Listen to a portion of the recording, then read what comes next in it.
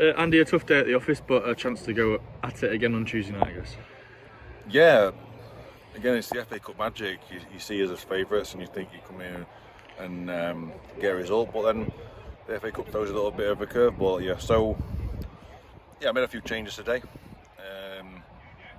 But fully merited changes because I believe we need a little bit of a rest for the players that have played 16 games in 2 months. So I saw an opportunity to get minutes into players, and I'm not disappointed.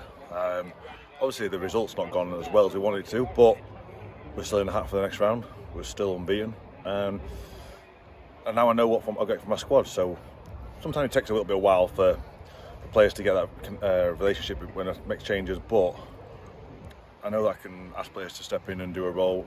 We've had a consistent run of the team just lately, so sometimes we do changes, it does disrupt it a little bit, but I'm still happy with what I've seen. Obviously, like I say, the result's not the one we wanted, but fair credit to Newcastle Town as well. I thought they worked really hard on a pitch that was dry and a little bit bobbly, and the ball was very light and bobbly, so without making excuses, it was difficult conditions, and we just didn't adapt to it straight away.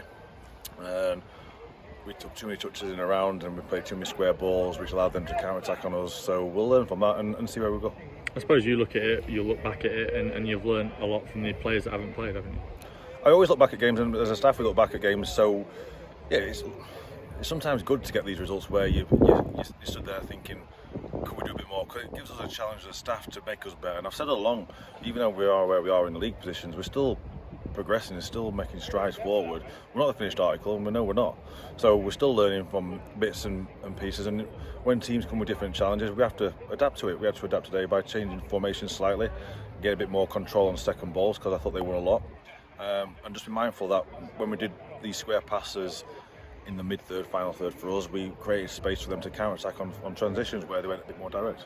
I suppose as well, we're a team that historically in the FA Cup have gone up against big teams and taken the lead, so it's just boot on the other foot, isn't it? It is, and that's the FA Cup magic. And again, thank you for all the support that was coming down today. I know it's a bit of a journey, and it's another fixture to the list. But like we come to ground like this, and you look and think the FA Cup magic's still there because they've tried ever so hard. And you listen to after the game, and it's their cup final, so they do raise it. And again, similar to most teams against us, they all raise the game because we're a big scalp. And I want to just explain to the fans that it's not for the lack of trying, it's just a little bit of anxiousness when the ball's not coming off for the players. They're keen to impress because they've not had time on the pitch, so everything seems to become a bit more rushed, and you lack a little bit of clarity of thought when you're in these in the final third area. So yeah, supporters will be a bit disappointed, but it's another game at the Ajax Arena, and it's another chance to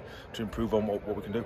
And I suppose Brad's first goal for the club as well, which is a positive for him, and very nearly won it. What a worldie save from the keeper from that header. I mean, the keeper made some excellent saves as well throughout the game. I mean, a couple of wasteful chances from us, but the keeper made some great saves from Fishburne's header.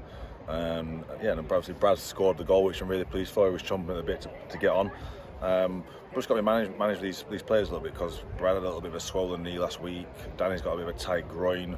A few players with a little bit of fatigue injuries. So when we chuck Andrew Boyce up front, it's not because we're desperate, it's because we're managing players. And sometimes you hear a little bit of behind your shoulder, why not throw Danny White on, because he's managing a groin injury.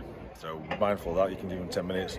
There's not much high distance running, high speed running, because we're being a bit more direct to Andrew Boyce, who can win challenges. And Danny nearly got a shot off at the far post. So yeah, we have mindful of that. So game Tuesday, and we can refresh ourselves and get ready for it.